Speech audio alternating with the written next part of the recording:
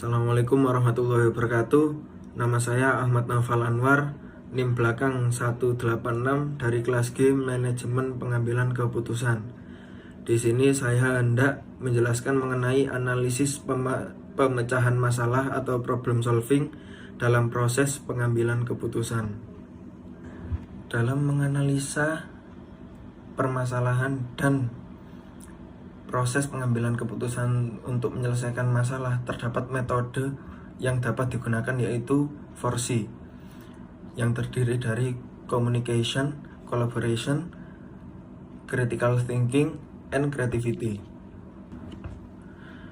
Yang pertama ada communication atau komunikasi. Yang dimaksud di sini adalah bagaimana kita dapat berkomunikasi secara efektif dalam lingkungan yang beragam, sehingga dapat memaksimalkan dalam koordinasi. Dan yang kedua ada kolaborasi atau collaboration. Yang maksudnya di sini adalah bagaimana kita dapat fleksibel sehingga kita dapat mengemban tanggung jawab bersama untuk berkemauan dalam bekerja sama dalam menyelesaikan suatu permasalahan.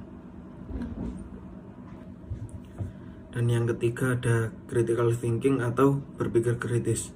Yang dimaksud di sini adalah bagaimana kita dapat menilai suatu keputusan yang akhirnya dapat membantu kita untuk menyelesaikan segala bentuk permasalahan dengan ide-ide yang inovatif dan konvensional. Yang terakhir ada creativity atau kreativitas.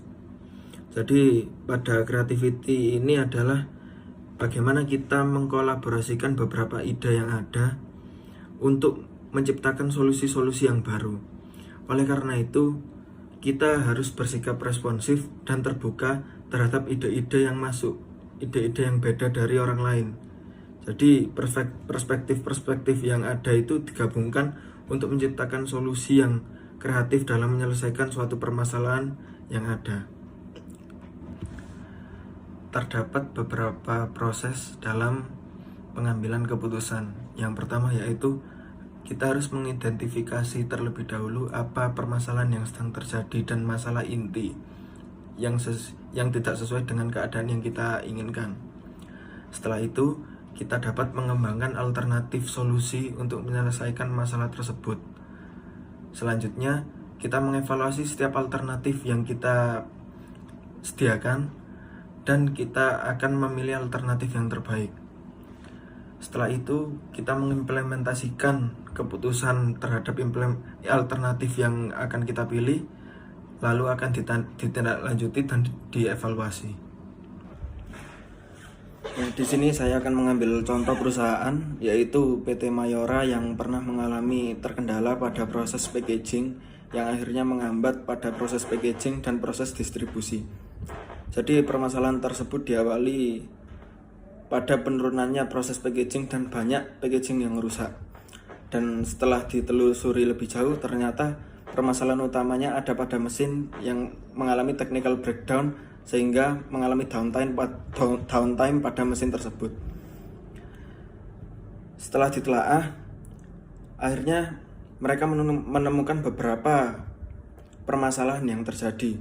Jadi mulai dari penetapan standar sebelum pengoperasionalan sampai siapa yang memperjalankan mesin tersebut. Hingga akhirnya PT Mayora melakukan analisa menggunakan metode Pareto Analysis dan diagram Fishbone, yang akhirnya mereka menemukan setiap permasalahan yang ada dalam technical breakdown tersebut pada mesin. Akhirnya mereka mendapatkan solusi-solusi untuk mencegah hal tersebut terulang kembali. Jadi solusi yang mereka dapatkan yaitu mereka